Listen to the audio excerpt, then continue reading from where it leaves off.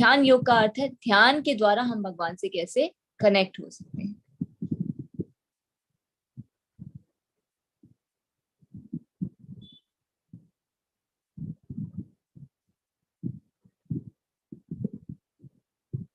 अध्याय 6 ध्यान योग। योग क्या है? क्या ये योग है? अभी तो योग का अर्थ ही बदल गया है। हम किसे योग कहते हैं? कुछ आसन कर लेते हैं, कुछ शारीरिक क्रियाएं करते हैं तो उसे हम योग कहते हैं। योग का अर्थ ये नहीं। शास्त्र के अनुसार योग का अर्थ है भगवान से कनेक्ट होना। क्या हम ऐसी क्रियाएं करके भगवान से कनेक्ट हो सकते हैं? नहीं। क्या ये योग है? क्या हम ऐसे भगवान से कनेक्ट हो सकते हैं? नहीं। ऐसे तो बल्कि हम कष्ट देते हैं, हमारे हृदय में बैठे हुए परमात्मा को भी कष्ट होता है। ऐसे हम भगवान को प्राप्त नहीं कर सकते। क्या ये योग है? आधा तो सिर अंदर है, क्या ऐसे भगवान को प्राप्त कर सकते हैं? नहीं। क्या ये योग है जो भी प्रचलन में है? नहीं। क्या ये योग है? क्या ये योग है? अब तो बहुत तरह के योगा आ गए हैं। Yoga for physical and mental health, yoga for pregnancy, yoga for chair, back care yoga, yoga for wellness, yoga for weightless.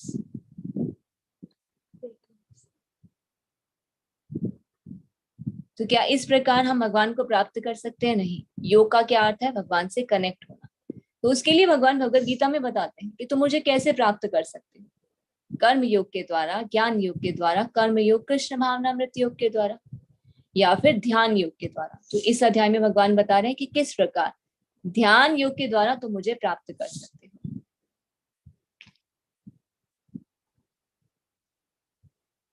Shri भगवान ने कहा, जो पुरुष अपने कर्म फल के प्रति अनासक्त है और जो अपने कर्तव्य का पालन करता है वही असली सन्यासी और योगी है।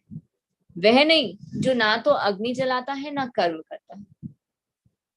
सन्यासी और योगी किसे कहा जाता है? जो कर्म फल के प्रति अनासक्त है। कर्म फल के प्रति अनासक्त का क्या अर्थ है? कर्म करना हमारा कर्तव्य है, कर्म के फल को हम भगवान को समर्पित करते हैं कि प्रभु आपकी जैसी इच्छा वैसा हमें स्वीकार है, उसमें संतुष्ट रहे और अपने कर्तव्य का पालन करते। वही असली सन्यासी और योगी है। वो नहीं जो ना तो अग्नि जलाता है ना कर्म करता है। लोग क्या करते हैं? सन्यास ग्रहण कर लिया, सब कुछ छोड़ दिया, सन्यासी बन गए, कोई कर्म नहीं करना, कोई कर्म का फल हमें मिलेगा ही नहीं, तो कर्म का बंधन नहीं लगेगा। वो असली योग नहीं है, वो असली सन्यास भी नहीं है। कर्म करना हमारा कर्तव्य है। वो सन्यास अच्छा है अगर हम कर्म ना करके कृष्ण भावनामृत कर्म करते हैं, भगवान को प्रसन्न करने के लिए कोई क्रिया करते हैं, तो वो सही योग कहलाया जाता है। तो यहाँ श्री भगवान ने क्या कहा? जो पुरुष अपने कर्म फल के प्रति अनासक्त है और जो अपने कर्तव्य का पालन करता है वही सन्यासी और असली योगी है। वह नहीं जो ना तो अग्नि जलाता है ना कर्म करता है। तो इस अध्याय में भगवान बताएंगे अष्टांग योग। अष्टांग योग के द्वारा तुम भी मुझे प्राप्त कर सकते हो।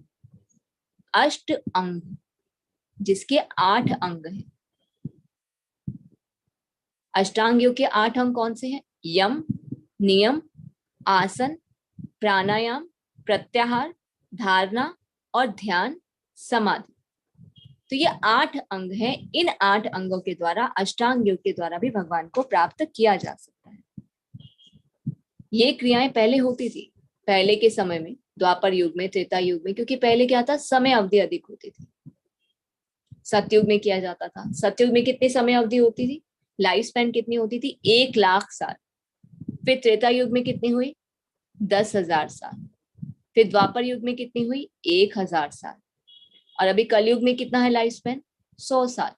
तो जब सतयुग में 1,00,000 वर्ष की आयु होती थी तो 40,000 वर्ष तक, 60,000 वर्ष तक अष्टांग योग किया जाता था। जैसे कि विश्वामित्र ने किया, कदर्म मुनि ने किया, 40,000 60,000 वर्षों तक तपस्या की, अष्टांग योग किया, फिर भगवान को प्राप्त किया। भगवान ने प्रत्यक्ष दर्शन दिए, यहाँ तक कि कदर्म मुनि के पुत्र के रूप में भगवान कपिल मुनि के रूप में भी आए। तो ये पहले तो पॉसिबल था, अभी पॉसिबल नहीं है। क्या हमारे लिए पॉसिबल है कि हम 8 नियमों का पालन करें? क्योंकि इनके जो नियम है बहुत ही कठोर है। यम का क्या अर्थ होता है? एक्सटर्नल डिसिप्लिनेंस, कि बाहर हमारे क्या हो रहा है वो हमें नहीं ध्यान रखना, सब कुछ छोड़ छाड़ के।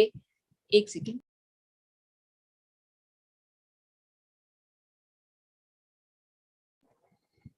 तो उसके लिए हमें बहुत ही मुश्किल जो है नियम पालन करने पड़ते हैं। क्या नियम? कि सब कुछ छोड़ छाड़ के कहाँ जाए? जंगल में जाए, एकांत स्थान में जाए, भगवान को प्राप्त करने के लिए इंद्रिय तृप्ति का त्याग कर दे, एक ही चीज पे ध्यान केंद्रित करें, चक्र को एक चक्र पर ध्यान केंद्रित करें, आजू बाजू हमारे क्या हो रहा है कुछ भी नहीं बदलना चाहिए, पता चलना चाहिए, ऐसी स्थिति में आना, समाधि की स्थिति में आना, तब भगवान को प्राप्त कर सकते हैं। हर एक के लिए तो पॉसिबल नहीं है ना। कलयुग में क्या हम ये कर सकते हैं सबको छोड़ छाड़ के जंगल में जाएं, इंद्रिय तृप्ति ना करें, एकांत स्थान में जाएं? हर किसी के लिए पॉसिबल नहीं है। तो हर कोई कलयुग में भगवान को कैसे प्राप्त कर सकता है?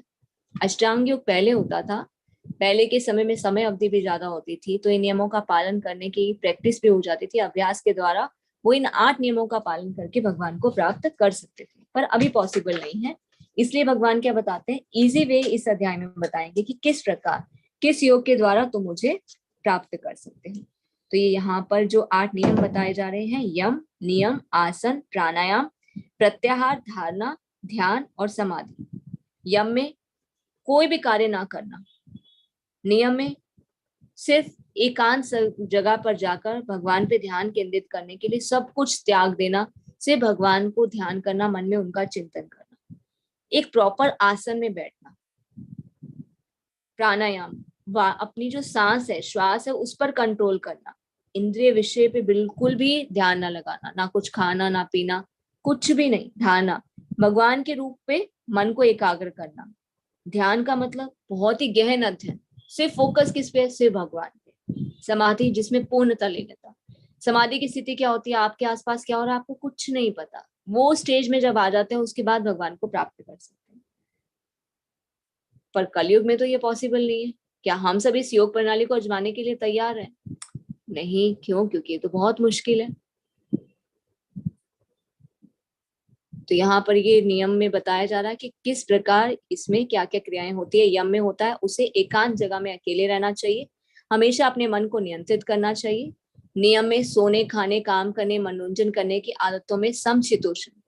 आसनकार जमीन पर कुसा घास बिछाए, और ना ही वो सर ऊपर होना चाहिए या नीचे होना चाहिए। किसी व्यक्ति के शरीर, गर्दन और सिर को एक सीध में रखना चाहिए, और नाक की नोक पर लगातार घूरना चाहिए। इस प्रकार एक अनगढ़ दबे हुए मन से, भय से रहित, पूरी तरह से यौन जीवन से मुक्त किसी को भी मेरा ध्यान करना चाहिए। प्राणायाम, आने और जाने वाली श्वास की गति में रोकने का अभ्यास करना चाहिए। इस प्रकार अंतिम रूप से ट्रांस में रहे।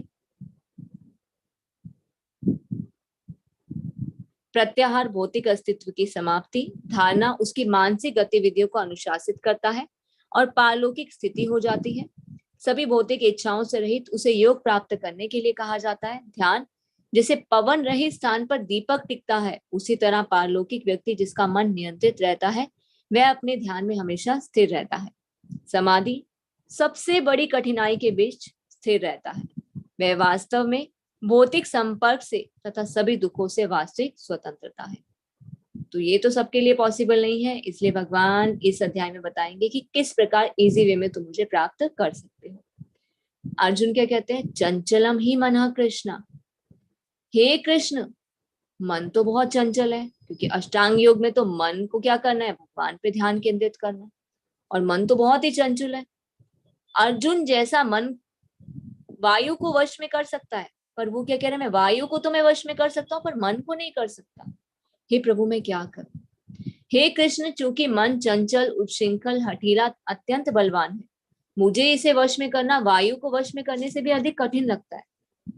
तो मैं कैसे मन को कंट्रोल करूं? अब अर्जुन जैसा वायु को कंट्रोल में कर सकता है, हम तो नहीं कर सकते। तो वो मन को नहीं कंट्रोल में कर सकते, तो हम कैसे करेंगे?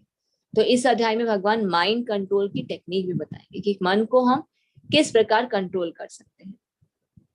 भगवान श्री कृष्ण ने कहा, हे महाबाहु और कुंतीपुत्र, निसंदेह चंचल मन को वश में करना अत्यंत कठिन है, किंतु उपयुक्त अभ्यास द्वारा तथा विरक्ति द्वारा ऐसा संभव है।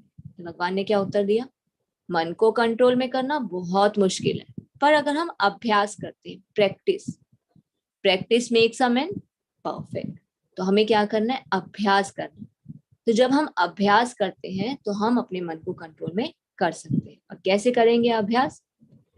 मन क्या है? हमारा दोस्त भी है और दुश्मन भी है, हमारा बेस्ट फ्रेंड भी हो सकता है और एनिमी भी हो सकता है। अगर हम इसे कंट्रोल में करके रखते हैं तो बेस्ट फ्रेंड बनेगा, अगर कंट्रोल में नहीं करके रखते तो ये हमारा एनिमी बन जाएगा। ये क्या बनता है? हमारा बॉस बन जाता है अगर हम इसे कंट्रोल में नहीं करके रखते। तो ये अपने अनुसार हमें चलाता है, इसलिए हम क्या करते हैं, कई बार गलत कार्य करते हैं, उसका गलत फल भी मिलता है। तो हमें अपने मन को कंट्रोल में करके रखना चाहिए। हमें बॉस बनना है, मन को बॉस नहीं बनने देना।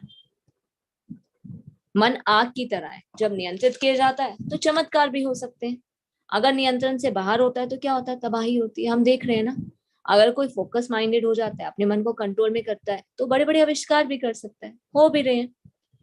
अगर कोई मन को कंट्रोल में नहीं करता तो वो क्या करता है, युद्ध की जैसी स्थिति, अराजकता, अशांति जैसी स्थिति उत्पन्न हो जाती है, तबाही हो जाती है, एक दूसरे को नुकसान पहुंचाने लग जाते हैं, क्योंकि उसका मन पे कंट्रोल नहीं है। जिसने मन को जीत लिया है उसके लिए मन सर्वश्रेष्ठ मित्र है, किंतु जो ऐसा नहीं कर पाया उसके लिए मन सबसे बड़ा शत्रु बना रहेगा। तो भगवान क्या कह रहे हैं, मन को कंट्रोल में करना बहुत जरूरी है। उसकी टेक्निक्स यहाँ बताएंगे। अर्जुन ने कहा, हे कृष्ण, उस असफल योगी की क्या गति है जो प्रारंभ में श्रद्धा पूर्वक आत्म साक्षात्कार की विधि ग्रहण करता है, किंतु बाद में भौतिकता के कारण उसे विचलित हो जाता है और योग सिद्धि को प्राप्त नहीं कर पाता। भक्ति के द्वारा हम अपने मन को कंट्रोल में कर सकते हैं, क्योंकि जब हम अपने मन और इंद्रियों को भगवान की सेवा में लगाते हैं तो इसे हम कंट्रोल कर सकते हैं। ये हमारा जो शरीर रूपी रथ है, इसके जो घोड़े हैं, एक रथ के क्या होते हैं, घोड़े होते हैं। मान लीजिए एक रथ के घोड़े हैं, वो किससे बंधे होते हैं, रस्सी से बंधे। उसको कंट्रोल करने वाला कौन होता है, जो ड्राइवर होता है, उसको चलाने वाला रस्सी को कंट्रोल करके रखता है, तभी घोड़े सही दिशा में जाते हैं और रथ सही रूप से चल पाता है। हमारा ये शरीर रूपी रथ, इसके जो घोड़े हैं वो कौन है, ये इंद्रियां। 5 ऑर्गन सेंसेस कौन सी होती है, आंख, कान, नाक, जीवा और त्वचा। अगर हम इन्हें कंट्रोल में नहीं करके रखते, मन क्या है, रस्सियां हैं, अगर रस्सी मन से इसे कंट्रोल में नहीं करके रखते तो क्या होता है, इंद्रियां इधर उधर भागती है। तो मन को कैसे कंट्रोल में करें, ड्राइवर क्या करता है, इंटेलिजेंस से हम इसे कंट्रोल कर सकते हैं। रस्सी क्या है, मन, और ड्राइवर क्या है, इंटेलिजेंस। इंटेलिजेंस हमें क्या बताती है, what is right, what is wrong. तो वो आगे किसको इंस्ट्रक्शन देती है, मन को, कि ये काम करना है या नहीं करना। तो हमें क्या करना चाहिए, अपनी इंटेलिजेंस को स्ट्रॉन्ग करना चाहिए। इंटेलिजेंस को हम स्ट्रॉन्ग कैसे कर सकते हैं, शास्त्र पढ़ के। जब ज्ञान होगा, हमें ज्ञान होगा तो ये पता चलेगा ना कि क्या सही है और क्या गलत है। तभी तो हम अपने मन को निर्देश दे सकते हैं, हाँ ये काम सही है, इसे करना है, ये काम सही नहीं है, इसे नहीं करना। अब इसे हम एक एग्जाम्पल से समझ सकते हैं। मान लीजिए किसी को डायबिटीज की प्रॉब्लम है, गाड़ी लेकर जाते हैं रोड पर और वहां पे एक आइसक्रीम शॉप दिखती है, तो इंद्रियां क्या याद आता है, आइसक्रीम बहुत टेस्टी है, लास्ट टाइम खाई थी ना, बहुत मजा आया था, इसका टेस्ट बहुत अच्छा होता है। वो किसको सिग्नल देती है, मन को। मन क्या कहता है, खानी है, तो गाड़ी क्या करती है, वहां जाके रुकती है आइसक्रीम शॉप के बाद। इंटेलिजेंस क्या बोलती है, नहीं नहीं, डायबिटीज है, आइसक्रीम नहीं खानी, मीठा खाने से प्रॉब्लम हो जाएगी, दिक्कत होगी बाद में फिर। तो ये क्या है, इंटेलिजेंस। इंटेलिजेंस ने क्या बताया, गलत है, आइसक्रीम खाना गलत है क्योंकि प्रॉब्लम है और दिक्कत बढ़ जाएगी। तो मन क्या है, इंटेलिजेंस अगर बताती है क्या सही है क्या गलत है, तो मन उसके अकॉर्डिंग काम करता है। निग्लेक्ट करेंगे तो क्या होगा, आइसक्रीम खा लेंगे, आइसक्रीम खाने के बाद क्या होगा, डायबिटीज है तो और प्रॉब्लम हो जाएगी और दुख मिलेगा। तो क्या करना चाहिए, इंटेलिजेंस को स्ट्रॉन्ग करना चाहिए। इंटेलिजेंस को कैसे स्ट्रॉन्ग कर सकते हैं, जब हम शास्त्रों को पढ़ते हैं। शास्त्रों में सब कुछ दिया है, what to do what not to do, क्या करना चाहिए क्या नहीं करना चाहिए। तो उससे इंटेलिजेंस स्ट्रॉन्ग होती है और हम अपने मन को और इंद्रियों को कंट्रोल कर सकते हैं। कुछ हमें प्रयास करना होगा और कुछ भक्ति के द्वारा कर सकते हैं। भगवान क्या बताते हैं भगवत गीता में, भक्ति के द्वारा अपने मन और इंद्रियों को जब तुम मुझ पे लगाते हो तो ये स्वतः ही कंट्रोल हो जाती है। आंख, कान, नाक, जीवा, त्वचा, इन्हें हम भगवान की सेवा में कैसे लगा सकते हैं, आंख को भगवान के दर्शन करने में, भगवत गीता भागवतम को पढ़ने में, कान को भगवान के बारे में सुनने में, जीवा को भगवान को ऑफर किए हुए प्रसाद को खाने में, नाक को भगवान को फ्लावर जो हम ऑफर करते हैं उसे स्मेल करने में, त्वचा को मंदिर की सफाई करने में, भगवान के लिए प्रसाद बनाने में। जब हम अपनी इंद्रियों को भगवान की सेवा में लगाते हैं तो ये इंद्रिय अपने आप संतुष्ट हो जाती है, नहीं तो ये क्या है, मांगती है। और अगर इन्हें जबरदस्ती कंट्रोल करने का प्रयास करते हैं तो वेग और बढ़ता है, क्योंकि वे इंद्रियों का स्वभाव है कि जितना हम इन्हें कंट्रोल करने का प्रयास करते हैं, नहीं नहीं ये गलत काम नहीं करना, ये और मांगती है। तो हमें क्या करना है, इन्हें कृष्ण की ओर मोड़ देना है। तो हम क्या करते हैं, जब ये प्रैक्टिस करते हैं, कृष्ण भावनामृत की प्रैक्टिस करते हैं, मन और इंद्रियों को कंट्रोल में कर सकते हैं। तो अर्जुन क्या पूछ रहे हैं, असफल योगी लोग क्या करते हैं, शुरू में तो भक्ति मार्ग में आगे बढ़ते हैं, पर क्या होते हैं, बाद में विचलित हो जाते हैं और योग सिद्धि को प्राप्त नहीं कर पाते। असफल योगी पवित्र आत्माओं के लोकों में अनेकों अनेक वर्षों तक भोग करने के बाद या तो सदाचारी पुरुषों के परिवार में या धनवानों के कुल में जन्म लेते हैं। तो अर्जुन ने क्या पूछा, जो भक्ति करते हैं बाद में फिर किसी ना किसी कारण से विचलित हो जाते हैं, उनकी स्थिति क्या होती है। तो भगवान क्या बता रहे हैं, भक्ति की, अच्छे कर्म किए, कहाँ जाएंगे, उच्च लोकों में जाएंगे जहां पर पवित्र आत्माएं रहती है, उसका फल भुगतते हैं, पर जब वो फल खत्म हो जाता है तो वापस धरती पर आ जाते हैं। तो उनका जन्म कहाँ होता है, धनवानों के परिवार में, अच्छे कुल परिवार में उनका जन्म होता है। 6.41 में क्या बताया जा रहा है, अथवा यदि दीर्घ काल तक योग करने के बाद असफल रहे तो वह ऐसे योगियों के कुल में जन्म लेता है जो अति बुद्धिमान है, और निश्चय ही संसार में ऐसा जन्म दुर्लभ है। और कई बार क्या करते हैं, वो लोग बहुत लंबे समय तक क्या करते हैं, योग करते हैं, भगवान को प्राप्त करने के लिए प्रयास करते हैं। तो उनका जन्म कहाँ होता है, योगियों के कुल में। अभी हम देखते हैं ना, अगर हम अब का समय देखें, मान लीजिए अभी हम भगवान के बारे में जान पा रहे हैं, तो हम इसे कैसे समझ सकते हैं, हमने अभी जितना जाना है ना, इससे पहले हमने छोड़ दिया था, इतना छोड़ा था, उसके बाद हमें जानने को मिल रहा है। भक्ति जितनी अधूरी रह गई थी उसे पूरा करने का मौका मिला। अब कुछ लोग क्या होते हैं, बड़े बड़े उच्च परिवार में जन्म लेते हैं, ऑलरेडी बच्चे शुरू से ही भक्त होते हैं, भक्त के परिवार में जन्म लेते हैं, उनकी ऐसा जन्म उन्हें क्यों मिलता है ऐसे घर में, क्योंकि जितनी भक्ति अधूरी रह जाती है उसे पूरा करने का मौका मिलता है। भक्ति कभी भी वेस्ट नहीं जाती, अगर आप 10% करेंगे ना, उससे आगे आपको 11% से शुरू करने को मिलेगा। ऐसा नहीं है कि फिर से स्टार्ट होगा, नया जन्म होगा फिर से शुरू करना पड़ेगा, नहीं। 40% की तो 41% से स्टार्ट होगी, 85% की तो 86% से आगे स्टार्ट होगी। तो जितना अधूरा रह जाता है उसे पूरा करने का मौका मिलता है। तो उनका जन्म कहाँ होता है, योगियों के कुल में, जो अति बुद्धिमान होते हैं, और निश्चय ही संसार में ऐसा जन्म दुर्लभ है। तो सबसे बड़ा योगी कौन है, जो पूर्ण रूप से भगवान के शरणागत होता है। भगवत गीता में भगवान पूरा ज्ञान देते हैं, किस प्रकार से तुम मुझे प्राप्त कर सकते हो, कौन कौन से रास्ते हैं, डिफिकल्ट हैं वो भी बता रहे हैं, इजी हैं वो भी बता रहे हैं। अन्य सभी योग भक्ति योग की ओर ही अग्रसर है। आप कहीं से भी शुरू कीजिए, पहुंचना हमें कहाँ है, भक्ति योग तक ही पहुंचना। कर्म योग, ज्ञान योग, अष्टांग योग, भक्ति योग, ये क्या है, एक सीढ़ी के जैसे, धीरे धीरे स्टेप बाय स्टेप। कर्म योग से शुरू करते हैं, फिर ज्ञान योग, फिर अष्टांग योग, फिर भक्ति योग, जाएंगे जब तक लास्ट भक्ति योग तक नहीं पहुंचेंगे तब तक भगवान को प्राप्त नहीं कर सकते। ये वही एक एग्जाम्पल फिर से आता है, जैसे कि टॉप फ्लोर पे हमें पहुंचना है किसी भी बिल्डिंग के, उसमें बहुत सारे माले, तो लिफ्ट से भी जा सकते हैं और स्टेयर से भी। तो हम क्या चूज करेंगे, आलसी है ना कलयुग के लोग, इजी वे चाहिए।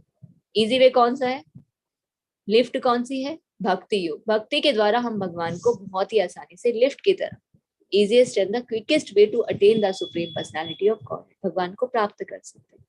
बाकी तरीकों से भी कर सकते हैं, ये हम पर डिपेंड करता है कि हम कौन सा रास्ता चुनना चाहते हैं, कर्म योग, ज्ञान योग, अष्टांग योग या फिर भक्ति योग। और समस्त योगियों में से जो योगी अत्यंत श्रद्धा पूर्वक मेरे परायण है और अपने अंतःकरण में मेरे विषय में सोचता है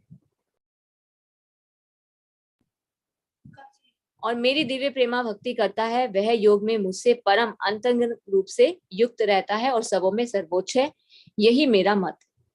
तो भगवान क्या बता रहे, समस्त योगियों में से जो योगी श्रद्धा पूर्वक मेरे परायण है।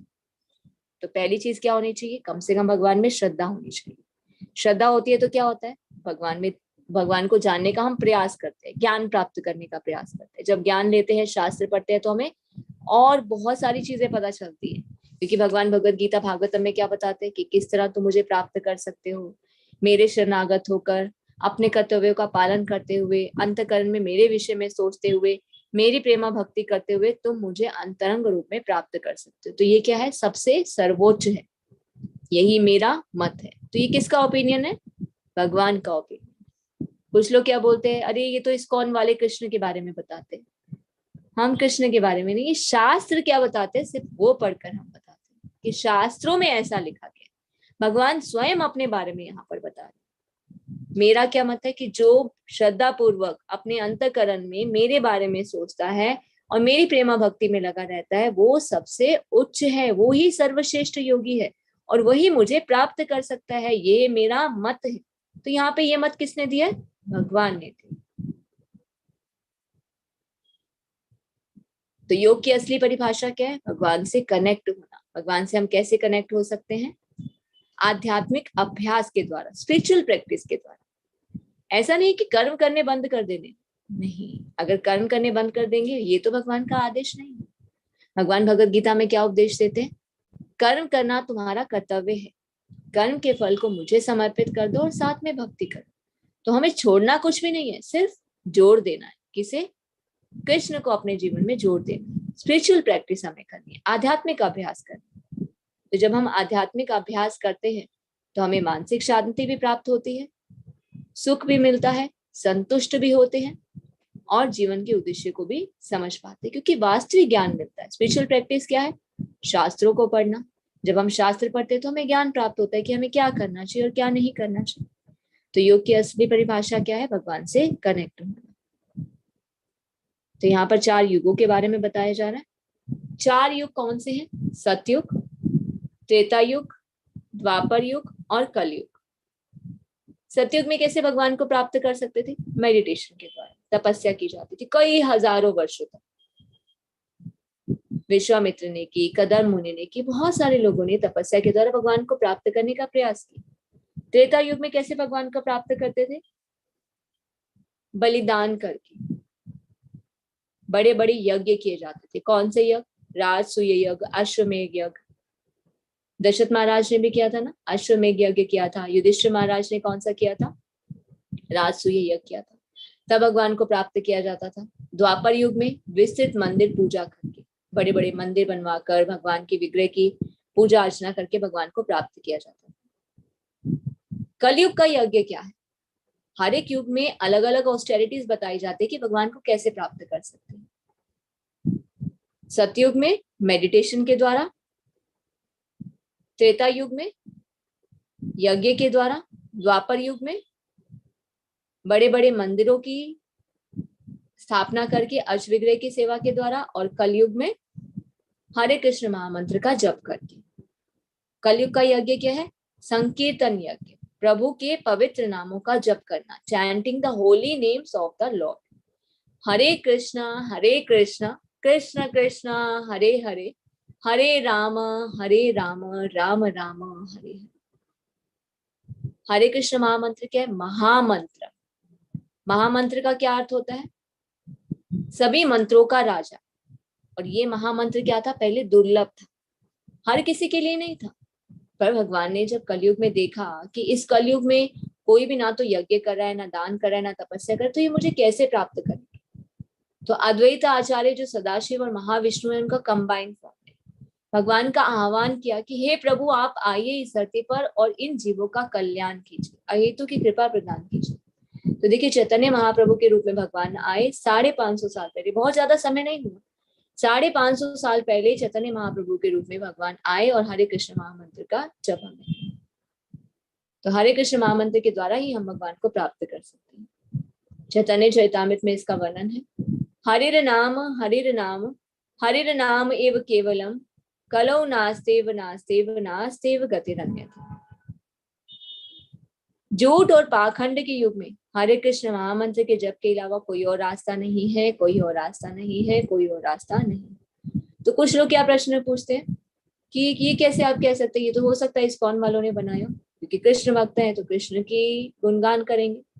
हमारे शास्त्रों में इसका वर्णन है, इसे हम चेकआउट भी कर सकते हैं।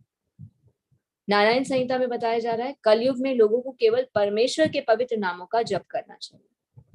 चैतन्य चरितामृत की आदि लीला 17.21 में आप गूगल करके भी देख सकते हैं, उसमें इसका वर्णन है। बकायदा श्लोक के द्वारा इसे कोट किया गया है। हरिर नाम एव केवलम, कलौ नास्तेव नास्तेव नास्तेव गतिरन्यथा। झगड़े और पाखंड के इस युग में उद्धार का एकमात्र साधन भगवान के पवित्र नामों का जप है, और कोई रास्ता नहीं है, और कोई रास्ता नहीं है, कोई और रास्ता नहीं है। तो देखिए 3 बार बोला गया है, कोई रास्ता नहीं है, कोई रास्ता नहीं है, कोई रास्ता नहीं है। किस चीज पर बार बार बल देकर कहा जाता है? जो बहुत इंपॉर्टेंट होती है। इसलिए भगवान क्या कह रहे हैं, बहुत ही जोर लगाकर बोल रहे हैं, कोई और रास्ता नहीं है इस कलयुग में मुझे प्राप्त करने का। कैसे प्राप्त कर सकते हो? हरे कृष्ण महामंत्र का जप। कि जब हम शास्त्र पढ़ते तो हमें पता चलता है, शास्त्रों में इसके बारे में बताया गया कि हरे कृष्ण महामंत्र के जप के द्वारा ही भगवान को प्राप्त कर सकते हैं। तो कुछ लोग कहते हैं कैसे नाम में रुचि हो, तो शास्त्र पढ़ने चाहिए। जितना हम शास्त्र पढ़ते हैं उतना हमें ज्ञान प्राप्त होता है, भगवान की लीलाओं के नाम गुण रूप के बारे में पढ़ते हैं तो और भगवान के बारे में जान पाते हैं, और फिर भगवान से प्रेम संबंध जब स्थापित होता है तो हरे कृष्ण महामंत्र का जप करने में हमारा और रस और रुचि उत्पन्न होती है।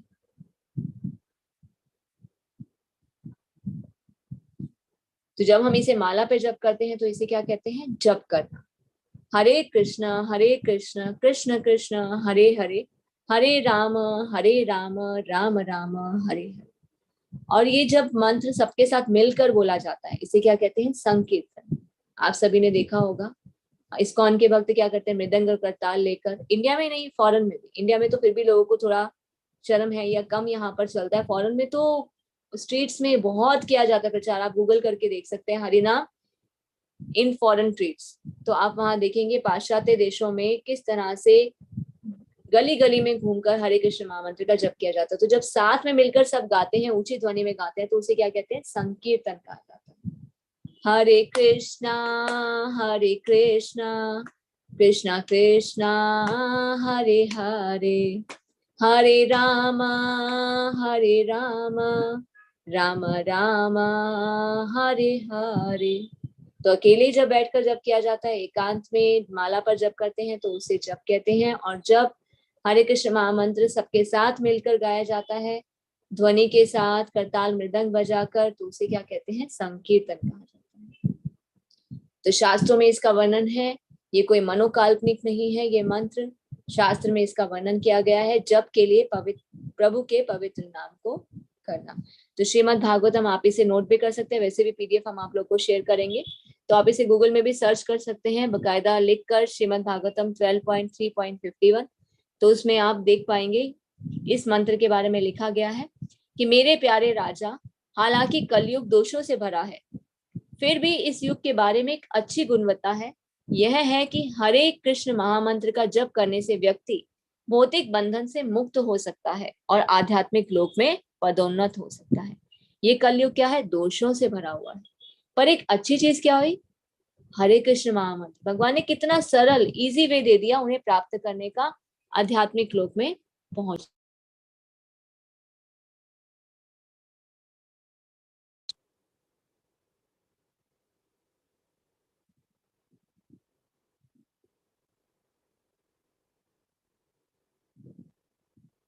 भगवत गीता 10.25 यज्ञ नाम जप यज्ञो अस्मि, भगवान स्वयं बताते हैं समस्त यज्ञों में पवित्र नाम का कीर्तन जप करना।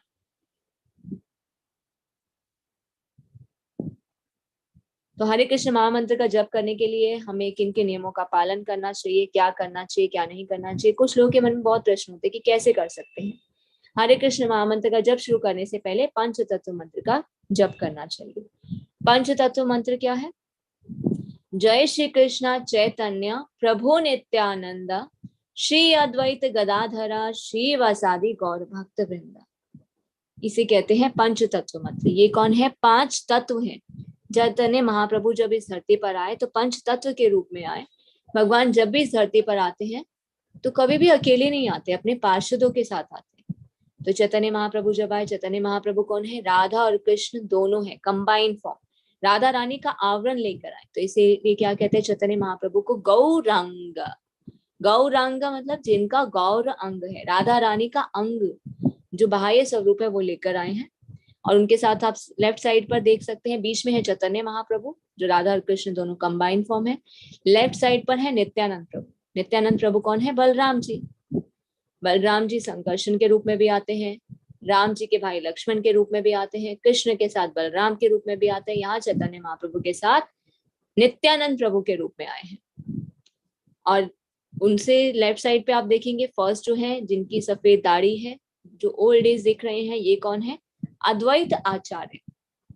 अद्वैत आचार्य भगवान के प्रकट होने से पहले आए थे, इसीलिए क्या है, देखिए सभी यंग दिखाई दे रहे हैं, वो थोड़ा ओल्ड एज। अद्वैत आचार्य कौन है? सदाशिव और महाविष्णु का कंबाइंड। तो अद्वैत आचार्य ने ही आह्वान किया था कि हे प्रभु आप आइए, इन कलयुग के जीवों का उद्धार कीजिए, क्योंकि अभी तो कलयुग से प्रारंभ ही हुआ है, 5000 वर्ष ही बीते थे और कलयुग इतना बढ़ रहा था, अधर्म इतना बढ़ रहा था कि कोई भी भगवान को प्राप्त करने का प्रयास नहीं कर रहा था। तो उन्होंने भगवान को आह्वान किया कि हे प्रभु आप आइए। तो अद्वैताचार्य के आह्वान पर ही चैतन्य महाप्रभु राधा और कृष्ण के कंबाइंड फॉर्म में इस धरती पर प्रकट हुए। और उन्होंने क्या दिया? गोलोकेर प्रेम धन हरि नाम संकीर्तन। ये गोलोक का प्रेम धन है, भगवान के हृदय का प्रेम है जो भगवान ने हमें दिया। नाम में और भगवान में कोई भी फर्क नहीं। हनुमान जी क्या कहते हैं? राम से बड़ा राम का नाम, प्रभु से बड़ा है भगवान का नाम। भगवान ने अपने आप को नाम के रूप में दे दिया। और राइट साइड में आप देखेंगे चैतन्य महाप्रभु की राइट साइड में है, वो कौन है? गदाधर पंडित। ये गदाधर पंडित कौन है? श्रीमती राधा रानी। अब राधा रानी ने बोला कि आप एक भक्त के भाव में जा रहे हैं।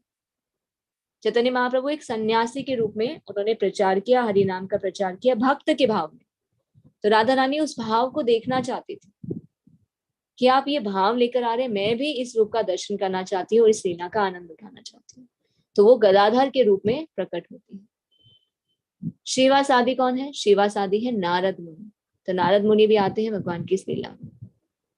तो ये पंच तत्व के रूप में भगवान प्रकट हुए हैं। जय श्री कृष्ण चैतन्य प्रभु नित्यानंदा श्री अद्वैत गदाधरा श्रीवासादि गौर भक्त वृंदा। तो जब भी हम हरे कृष्ण महामंत्र का जप करते हैं तो उससे पहले पंच तत्व मंत्र बोला जाता है, क्योंकि चैतन्य महाप्रभु की कृपा से ही ये हमें महामंत्र प्राप्त हुआ है, जिसके द्वारा हम इस युग में, कलयुग में बहुत ही आसानी से सिर्फ नाम का स्मरण करके, कुछ नहीं करना, यज्ञ नहीं, दान नहीं, तपस्या नहीं, सिर्फ हरे कृष्ण महामंत्र का जप करके हम भगवान को प्राप्त कर सकते हैं। और शास्त्रों में ऐसा भी वर्णन है कि जब हम हरे कृष्ण महामंत्र का जप करते हैं तो भगवान हमारी जीवा पर नृत्य करते हैं, नाचते हैं। तो इससे मन पे भी कंट्रोल किया जा सकता है और नेगेटिविटी भी दूर होती है। इसीलिए हरे कृष्ण महामंत्र का जप घर में चलते रहना चाहिए। और कितने सुंदर धुनों में है। अगर आपको संगीत सुनने का शौक है तो बहुत सारी धुनें, आप कोई मनपसंद धुन में उसे सुन सकते हैं या फिर माला पर जप भी कर सकते हैं। तो इसके लिए हमें किन के नियमों का पालन करना चाहिए? थोड़ा जोर से बोलना चाहिए, इतना जोर से कि हमारे कानों में जाए, क्योंकि ये क्या है? दिव्य ध्वनि। दिव्य ध्वनि हमारे कानों में जाएगी तो फिर पूरे शरीर पर उसका असर पड़ता है। तो हमें कम से कम इतना तेज बोलना चाहिए कि हमें सुनाई दे। प्रत्येक नाम का अलग अलग उच्चारण करना चाहिए, क्योंकि ये क्या है? महामंत्र है, बहुत प्रभावी है। और इसका प्रभाव कब होता है? जब हम इसे पूरा बोलते हैं। ऐसा नहीं कि उसमें से कुछ वर्डों को नहीं बोला, ढंग से उच्चारण नहीं किया, तो फिर उसका वो इतना इफेक्ट नहीं होता। तो इसे कैसे बोलना चाहिए?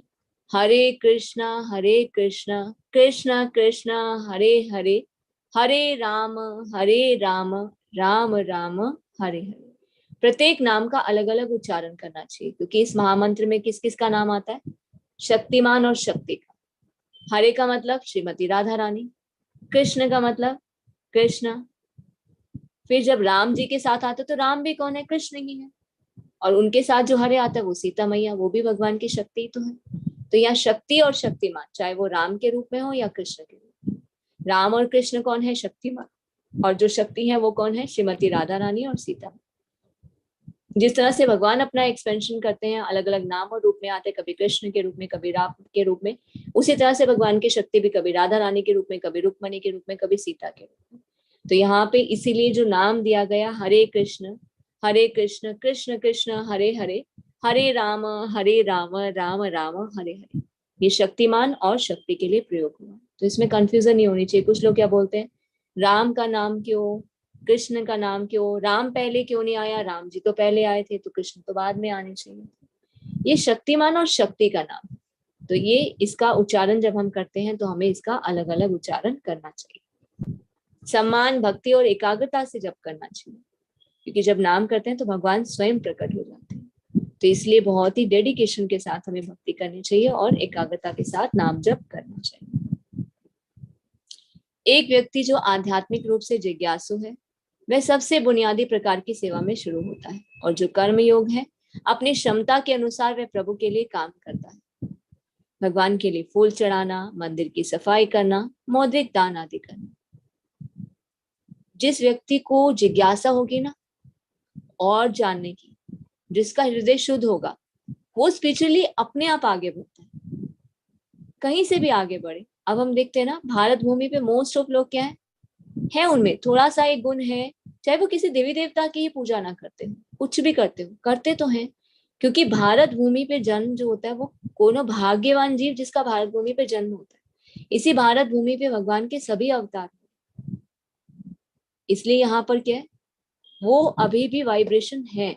तो जो जन्म लेता है वो किसी ना किसी की भक्ति तो जरूर करता है, किसी भी प्रकार से करे, भगवान को फूल चढ़ाए, उनकी आरती करे, मंदिर की सफाई करे या दान दे। इसका अभ्यास करते हुए ज्ञानियों से मिलता है। तो क्या करते हैं, जब रेगुलर हम ये प्रैक्टिस करते हैं तो कई बार क्या होता है, भगवान की कृपा से जब हम ये सब कार्य करते हैं, भक्ति जीवन में आगे बढ़ने का प्रयास करते हैं, तो भगवान हमारे इस प्रयास को देखते हैं। तो भगवान क्या करते हैं, दिव्य ज्ञान हृदय प्रकाश, तो हमारे हृदय में दिव्य ज्ञान का प्रकाश करते हैं। भगवान हर एक जीव के हृदय में है, परमात्मा के रूप में, पर सुप्त अवस्था में। कहते हैं ना, भगवान तो सबके हृदय में, फिर क्यों भगवान सबको भक्ति करने के लिए क्यों नहीं बोलते, गलत कार्य करने से क्यों नहीं रोकते। भगवान है पर सुप्त अवस्था में। जागते कब है, जब हम भगवान की तरफ मुख करते हैं, उनसे प्रेम संबंध को और जोड़ना चाहते हैं, भक्ति करते हैं, तो भगवान जागृत अवस्था में हो जाते हैं। फिर हमें भगवान बुद्धि भी प्रदान करते हैं, ज्ञान भी प्रदान करते हैं और व्यवस्था भी करते हैं, ताकि हम उन्हें और जान पाए, ताकि हम उनके बारे में और उनकी भक्ति कैसे कर सके उसके लिए और क्या करें, वो ज्ञान प्राप्त प्रदान करते हैं, वैसी व्यवस्था करते हैं। अब हम देखें, जैसे हम भगवत गीता का कोर्स कर रहे हैं, तो आप सभी के पास कहीं ना कहीं से कोई ना कोई एक मैसेज आया होगा। मैसेज आप कितनी बार इग्नोर भी तो कर देते हैं, भगवान ने तो व्यवस्था की। अब बहुत ही भाग्यवान जो जीव होते हैं वो इस चीज को समझ पाते हैं, भगवान की व्यवस्था थी, आप लोगों ने मैसेज को देखा, फिर उसमें रजिस्ट्रेशन के लिंक को क्लिक किया, बहुत सारे लोगों ने किया, रजिस्ट्रेशन के लिंक को क्लिक किया, व्हाट्सएप ग्रुप को ज्वाइन किया। पर जब क्लास स्टार्ट हुई फर्स्ट डे, कितने सारे लोग तो आए नहीं, 1000 लोगों में से कुछ 350 लोग आए, प्रयास नहीं किया, तो फिर भगवान ने भी आगे प्रेरित नहीं किया। और आप सभी ने प्रयास किया, अब हम देख रहे हैं कि लोग क्या रेगुलरली कम हो रहे हैं, धीरे धीरे कम हो रहे हैं। हर कोई भगवान को नहीं जान पाता, अगर हम प्रयास करते हैं तो फिर भगवान हम पर कृपा प्रदान करते हैं और हमारी सहायता करते हैं, तो वो व्यक्ति धीरे धीरे समझने लगता है। आप हम भगवत गीता को पढ़ रहे हैं तो जान पा रहे हैं, कितनी चीजें हमें पता चलती जो अब तक नहीं पता थी। हम कौन है, भगवान कौन है, हमारा भगवान से क्या संबंध है, भगवान हमारे हृदय में रहते हैं, क्या हम इस बात को महसूस भी कर सकते हैं, क्या ऐसा सच में होता है, कैसे हम भगवान को प्राप्त कर सकते हैं। तो कितनी चीजों का हमें ज्ञान प्राप्त होता है। ये हमें कैसे प्राप्त हुआ, जब हमने प्रयास किया। हम प्रयास करते हैं तो भगवान जागृत अवस्था में हो जाते हैं, हाँ अब इसने 1 कदम बढ़ाया तो अब मैं 100 कदम बढ़ाऊंगा। फिर भगवान हमारी सहायता भी करते हैं, व्यवस्था भी करते हैं और ज्ञान भी प्रदान करते हैं। तो वो भक्त क्या करता है, कृष्ण के समक्ष समर्पण कर देता है। ज्ञान होगा तो ही ना, अभी तक ज्ञान नहीं था तो अपने मन से कर रहे थे, जिसने जैसा बताया, घर के लोगों ने बताया, बाहर किसी ने बताया, फ्रेंड्स ने बताया, यूट्यूब से जो सीखा, इधर उधर से कहीं भी सीखा, वैसे हम कर रहे थे, कर्म कांडी कर रहे थे, भक्ति नहीं कर रहे थे। अब भगवद गीता में भगवान की वाणी से जानते हैं तो पता चलता है, अरे हम तो पहले ऐसा नहीं कर रहे थे, अच्छा ऐसे करना चाहिए, ठीक है हम अब ऐसा करेंगे। हम भगवद गीता भागवतम को पढ़ेंगे, सुनेंगे, भगवान के दर्शन करेंगे, उनकी आरती करेंगे, उन्हें नमस्कार करेंगे, उन्हें भोग लगाएंगे, हरे कृष्ण महामंत्र का जप करेंगे, सुनेंगे। तो क्या करें हम, भगवान को शरणागत हो रहे हैं, समर्पण कर रहे हैं। तो क्या बन जाता है, जो भगवान को शरणागत होता है वो भगवान का भक्त बन जाता है। भगवान बस यही देखते हैं, कोई मेरे पास आया बस अब मैं उसे छोड़ूंगा नहीं। एक मछली जैसे एक कांटे में फंस जाती है, अगर हमने एक बार भगवान को शरणागत कर दिया तो हम उस कांटे में फंस चुके हैं, अब सिर्फ निकालेंगे कृष्णा, वो रिस्पॉन्सिबिलिटी अब कृष्णा की हो जाती है। तो सबसे उच्च योग साधना में जो शामिल होता है वो क्या है, भक्ति योग। तो सबसे टॉप मोस्ट क्या है, भक्ति। भक्ति के द्वारा ही हम भगवान को जान सकते हैं, प्राप्त कर सकते हैं। तो भक्ति योग को बुद्धि योग भी कहा जाता है, क्योंकि ये सभी योगों में सबसे चतुर है, क्योंकि अन्य सभी योगों की सीमाएं हैं, उसके कोई भी नहीं। हर एक योग की सीमाएं हैं, एक लिमिटेशन है, ज्ञान प्राप्त करने की, कर्म करने की, अष्टांग योग करने की हर कोई भी नहीं कर सकता। कर्म योग में भी हर कोई सक्सेसफुल नहीं हो सकता, ज्ञान योग भी हर कोई ज्ञान को इतना प्राप्त नहीं कर सकता। पर भक्ति, भक्ति हम करते हैं ना, ये बढ़ती जाती है, बढ़ती जाती है, बढ़ती जाती है। किसी कारण से अगर हम नहीं भी कर पाते, पर फिर भी हमें उसे पूरा करने का मौका मिलता है। जितना हमने किया वो वेस्ट नहीं जाता। एक बार कोई हरे कृष्ण बोल देता है ना, उसे कभी ना कभी तो मानव योनि मिलती है और भक्ति करने का चांस जरूर मिलता है। हमारे शास्त्रों में इसका वर्णन है। चाहे वो अपनी तरफ से प्रयास करे ना करे, कभी ना कभी उसको भगवान की कृपा से फिर से भक्ति में आगे बढ़ने का मौका जरूर मिलता है। तो हमें क्या करना है, प्रयास करना है, और ये कभी वेस्ट नहीं जाती। हम धन जो कमाएंगे, जो हम कर्म करेंगे, वो सब खत्म हो जाएंगे। कर्म जैसे करेंगे उसका फल मिलेगा, वो खत्म हो जाएंगे। धन जो कमाएंगे वो सब क्या होगा, शरीर के साथ सब खत्म हो जाएगा। पर ये भक्ति नहीं खत्म होती। अगर आपने 10% भी की है तो उससे आगे पूरा करने का मौका मिलेगा, वेस्ट नहीं जाएगी। तो भक्ति योग क्या है, सबसे उत्तम है। भक्ति योग समस्त योगों की परिणति है। अन्य योग तो भक्ति योग में भक्ति तक पहुंचने के साधन मात्र हैं। बाकी योग से हम भक्ति योग तक पहुंच सकते हैं, वो एक मीडिया है, वाया मीडिया। हम जाना हमें कहाँ तक है, टॉप मोस्ट लेवल क्या है, भक्ति योग है। भक्ति योग के द्वारा ही भगवान को प्राप्त कर सकते हैं, तभी हम अपने गंतव्य की दिशा में अग्रसर होते हैं। गंतव्य की दिशा, गंतव्य का मतलब क्या है, गंतव्य मार्ग, हमारा जो लास्ट डेस्टिनेशन है वो क्या है, गोलोक वृंदावन, भगवान के धाम पहुंचना। और भगवान के धाम पहुंचने के लिए हमें क्या करना है, टिकट चाहिए। ऐसे एंट्री नहीं मिलती गोलोक वृंदावन, वहां पे पहले टिकट दिखाना पड़ता है। कौन सा टिकट, भक्ति का टिकट। भक्ति का क्या अर्थ है, डिवोशनल सर्विस। डिवोशनल सर्विस का मतलब भगवान के शरणागत होना। कैसे हो सकते हैं, श्रवणम कीर्तनम विष्णु स्मरणम। नवदा भक्ति कहा जाता है। नवदा भक्ति के 9 अंग हैं, उसमें से 3 ये सबसे सर्वश्रेष्ठ अंग है। और श्रवण और कीर्तन के द्वारा तीसरा अंग अपने स्मरण पूरा हो जाता है। जब हम भगवत गीता पढ़ते हैं, भागवतम पढ़ते हैं, सुनते हैं, तो हमें अपने भगवान का स्मरण होता है। हरे कृष्ण महामंत्र का जप करते हैं तो भी हमें भगवान का स्मरण होता है। तो तीसरा अंग अपने आप पूरा हो गया। सिर्फ श्रवण और कीर्तन करना, कुछ भी छोड़ना नहीं है, सिर्फ कृष्ण को जीवन में जोड़ देना। तो इस तरह से हम अपने गंतव्य की दिशा में अग्रसर होते हैं। कर्म योग से लेकर भक्ति योग तक का लंबा रास्ता आत्म साक्षात्कार तक जाता है। तो हम कहीं से भी स्टार्ट करें, अगर भक्ति योग तक पहुंच जाते हैं तो हम क्या हो जाते हैं, सेल्फ रियलाइज्ड, सब कुछ समझ में आ जाता है। कौन से प्रश्न, मैं कौन हूँ, भगवान कौन है, मेरा भगवान से क्या संबंध है, मैं इस भौतिक जगत में क्यों आता हूँ, ये जन्म मृत्यु का चक्र क्यों होता है, मृत्यु के बाद हम कहाँ चले जाते हैं, हमारा भगवान से क्या संबंध है, इस संबंध को हम कैसे जोड़ सकते हैं। तो निष्काम कर्मयोग इस मार्ग का आरंभ है। तो हमें कहीं ना कहीं से तो शुरुआत करनी चाहिए। ठीक है, भक्ति नहीं करना चाहते मत कीजिए, भगवत गीता भागवतम नहीं पढ़ना चाहते मत पढ़िए, हरे कृष्ण महामंत्र नहीं करना चाहते मत कीजिए। कर्म करिए, कुछ तो कीजिए, भगवान को नमस्कार कीजिए, भगवान को भोग लगाइए, कुछ तो हम कर सकते हैं। कहीं ना कहीं से हमें स्टार्ट करना चाहिए। कर्म करें, बाकी भगवान पे छोड़ दे कि प्रभु मैंने अपना बेस्ट किया। कम से कम कर्म ही ऐसे करें कि ये ना कहें कि हे प्रभु, अरे मैंने तो कहा कर्म किया, उसका फल मुझे नहीं मिला। उसके लिए हमें चिंता नहीं करनी चाहिए, उसे भगवान पर छोड़ देना चाहिए। कोई विरला भाग्यशाली ही वैदिक विधान के अनुसार भक्ति योग के पद को स्वीकार करके कृष्ण भावना भावित हो पाता है। हर कोई भगवान को नहीं जान पाता। कोनो भाग्यवान जीव गुरु कृष्ण प्रसादे पाए भक्ति लगता बीज। हर कोई भक्ति नहीं कर पाता। जिस पर गुरु या कृष्ण की कृपा होती है वही भक्ति कर पाता है। आदर्श योगी श्याम सुंदर कृष्ण पर अपना ध्यान एकाग्र करते हैं। भगवान निराकार नहीं है। भगवत गीता में भगवान बहुत बार बताते हैं, अर्जुन को दर्शन भी कराते कि मैं निराकार नहीं हूँ, मेरा तो साकार रूप है। कौन सा फॉर्म है, एटर्नल जो फॉर्म है भगवान का, वो क्या है, 2 हैंडेड श्याम सुंदर फॉर्म। हाथ में बांसुरी बजाते हैं, सिर पे मोर पंख लगाते हैं, पीतांबर वस्त्र धारण करते हैं। कलर कौन सा है भगवान का, मेघवर्ण श्याम सुंदर। उनके अंगों को प्रदीप्त करने वाली उनकी ज्योति ब्रह्म ज्योति कहलाती है। अब कुछ लोग क्या बोलते हैं, भगवान तो एक ज्योति के रूप में। और भगवत गीता में भगवान क्या बताते हैं, अंगों से निकलने वाला तेज, भगवान के शरीर से जो तेज निकलता है, गोलोक वृंदावन से बाहर एक चिन्मय आकाश बनाता है, उसे क्या कहते हैं, ब्रह्म ज्योति कहते हैं। वे राम, नरसिंह, वराह तथा श्री भगवान कृष्ण जैसे विभिन्न रूपों में अवतरित होते हैं। वे सामान्य व्यक्ति की ही भांति माता यशोदा के पुत्र के रूप में जन्म ग्रहण करते हैं और कृष्ण, गोविंद तथा वासुदेव के नाम से जाने जाते हैं। तो भगवान इस धरती पर बार बार आते हैं। किस लिए आते हैं, परित्राणाय साधूनां विनाशाय च दुष्कृतां धर्म संस्थापनार्थाय संभवामि युगे युगे।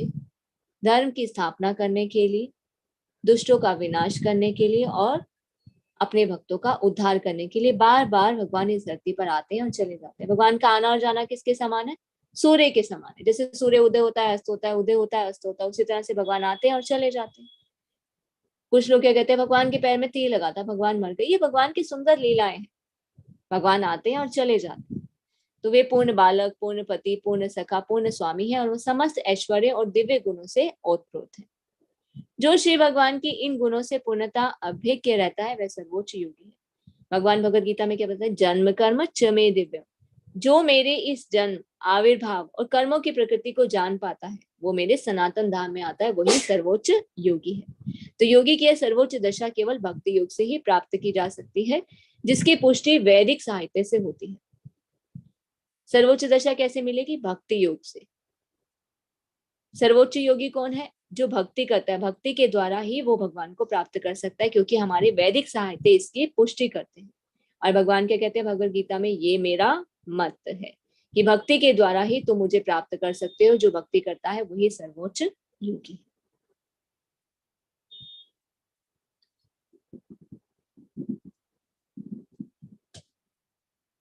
तो इस प्रकार भगवत गीता के छठे अध्याय ध्यान योग का भक्ति वेदांत तात्पर्य पूर्ण हुआ। हरे कृष्ण। अगर किसी का कोई भी प्रश्न है तो वो चैट बॉक्स में भी ड्रॉप कर सकते हैं और हैंड रेज भी कर सकते हैं।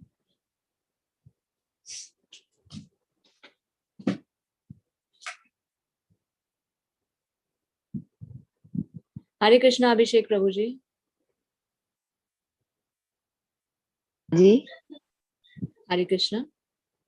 माता जी, बहुत ही आनंद आया सुनकर। भगवान तो की थैंक वाणी यू। इतनी सुंदर है कि इसे जो सुनता है उसे आनंद आता है। नहीं, भगवान की वाणी आपके मुख से सुनकर इतने अच्छे तरीके से आप समझाते हैं। Thank you very much. बहुत आनंद आया। बहुत बहुत धन्यवाद।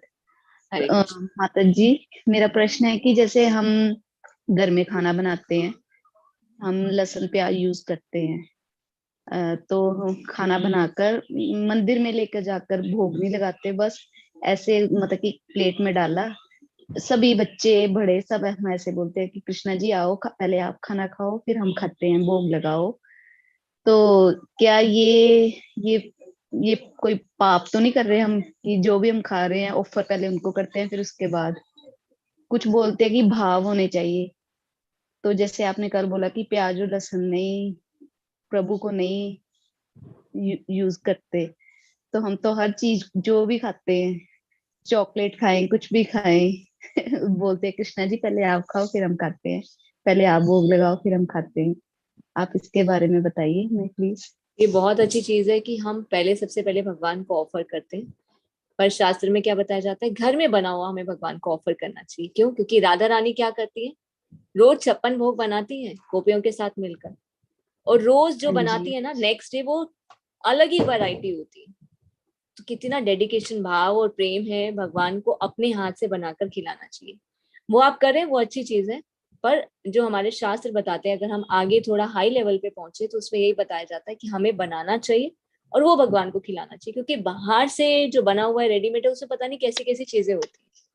अब चॉकलेट है, हाँ हो सकता जी। है उसमें कुछ मांस मिलाया हो या कोई भी ऐसी चीजें मिलाई हो जो खाने योग्य ना हो। इसलिए हमें घर में जो भगवान को बना होता है उसका भोग लगाना चाहिए। नहीं, घर में हम जैसे राजमा चावल बनाए, हाँ कुछ भी हाँ। बनाए, जो भी वेजिटेबल बनाई है, चपाती बनाई है, दही बनाया है, कुछ भी जो भी है हम ऑफर करते हैं। पर हम सब्जी में जैसे प्याज और लहसुन यूज करते हैं, हम खाने से पहले बोलते हैं कि भगवान जी आओ पहले आप खाओ फिर हम खाते हैं। ये रोंग तो नहीं है? देखिए, प्याज लहसुन मना करते हैं, भगवान को पसंद नहीं है। क्यों? क्योंकि आसुरी है ना, आसुरी प्रवृत्ति हाँ के होते हैं। जी। तो भगवान नहीं चाहते कि मैं ऐसी चीज को देखूं या मैं उसे लूं और फिर उसको आप खाएं, तो आपकी चेतना प्रभावित और भक्ति ना कर पाए। इसलिए भगवान को भोग नहीं लगाना चाहिए प्याज और लहसुन का। तो बिना प्याज लहसुन का भोग लगा सकते हैं। अगर नहीं छोड़ पा रहे कोई बात नहीं, तो आप भगवान को पराठा है, दही के साथ वो हाँ भोग लगा जी। दे। जब तक ठीक नहीं है। छोड़ पाते क्योंकि तो इस बच्चे भी तरह से कर बोलते हैं ना, सकते कुछ भी खाने से पहले प्लेट में डालते हैं। हैं। फल का लगा हाँ दीजिए, जी। दूध का लगा दीजिए। जब तक हाँ ऐसा जी। प्रेम नहीं पैदा हो जाता कि भगवान आपके लिए हम प्याज लहसुन भी छोड़ दें, क्योंकि आप नहीं खाओगे तो फिर हम हाँ कैसे जी। खाएं? पर हाँ जी जबरदस्ती नहीं बिल्कुल। है। जब तक अंदर से ये चीज नहीं होती, इतना प्रेम इतना भाव नहीं आ जाता भगवान के लिए, तब तक आप और तरीके इस्तेमाल कर सकते हैं। फल का लगाए, भगवान क्या हाँ कहते हैं, जी। पत्रम पुष्पम फलम तोयम यो मे भक्त्या प्रयच्छति तद अहम भक्ति उपहृतम अश्नामि प्रयतात्मना। भगवत गीता के 9 चैप्टर के 26 श्लोका में भगवान बताते हैं, जो प्रेम और भक्ति के साथ मुझे एक फूल, फल, पत्र या जल अर्पित करता है, मैं उसे स्वीकार करता हूँ। तो अगर हम हाँ जी। प्याज लहसुन वाला खा रहे हैं तो हमें वो भोग ना लगाकर भगवान को एक फल भी भोग लगा सकते हैं, फूल भी ऑफर कर सकते हैं, वो भी नहीं कर सकते तो एक ग्लास में पानी में तुलसी डालकर वो भगवान को भोग लगाएं, और बिना तुलसी के भगवान भोग सिखा दें। ठीक है। हाँ जी। तो जब एक और इतना क्वेश्चन भाव है और माता प्रेम जी। आपका है तो और स्टैंडर्ड को थोड़ा सा बढ़ाइए।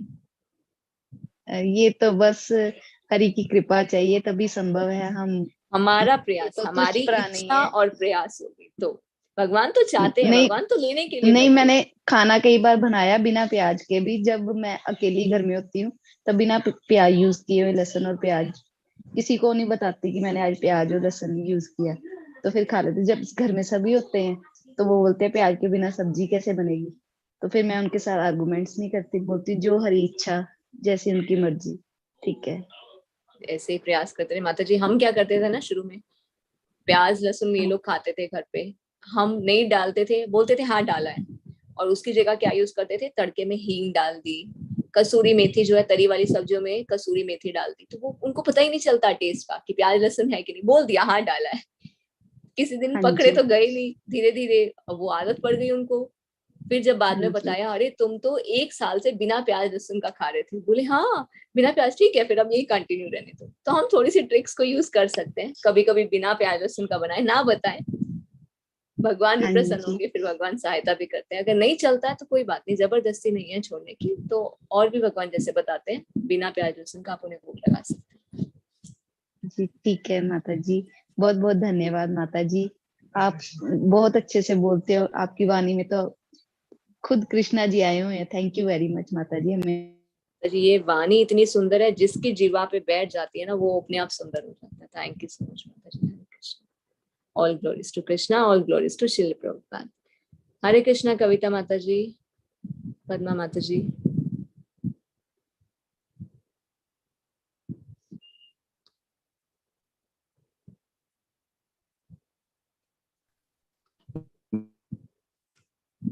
हरे कृष्णा।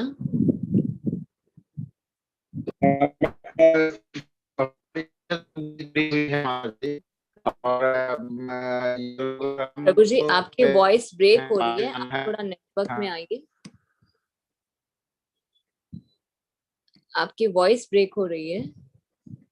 हरे कृष्णा, आप थोड़ा नेटवर्क में आके एक बार प्रभु जी चेक कीजिए। और हम तो लेवल को पार गए हैं आप लोग आपके सानिध्य में माता जी। और अभी हम मेरा एक ये था कि इस्कॉन मंदिर पटना में इसका जस्ट ओपनिंग होने वाला है माता जी। हरि बोल। हेलो। जहाँ पे हेलो। भक्त हैं वहां पे भगवान आ ही गए ना, पटना में भी। हाँ, जी पटना जी में भक्त हैं जी तो जी भगवान कह रहे हैं, अरे भक्त जहाँ पे है वह मुझे, वहां तो मुझे पहुंचना ही पड़ेगा। जी जी माता जी। तो हम चाह रहे हैं कि हम ऐसे तो मैं इस्कॉन से जुड़ चुका हूँ, बट हम लाइफ मेंबर कैसे उसका लाइफ मेंबर हम बन सकते हैं इस्कॉन मंदिर पटना। वहां पे आप जाइए, वहां भक्तों से आप पूछेंगे तो लाइफ मेंबरशिप का कार्ड बन जाता है उसमें। पर अभी उसका बहुत ज्यादा बेनिफिट नहीं दिख रहा है, क्योंकि इतना क्राउड, इतना पॉपुलेशन हो गई है। कर सकते हैं वहां जाकर, जी आप जी समझिए उनका क्या सिस्टम है, अगर आपको सही लगे तो आप लीजिए, नहीं तो कोई बात नहीं, वैसे जुड़े रहिए आप। जी जी जी वहां माता जी। हम तो जाएंगे, आपसे वहां पे आप भक्तों से बात कीजिए, अगर आपको सही लगे तो आप ले सकते हैं। वहां पे क्या, हर एक मंदिर का अलग अलग सिस्टम है।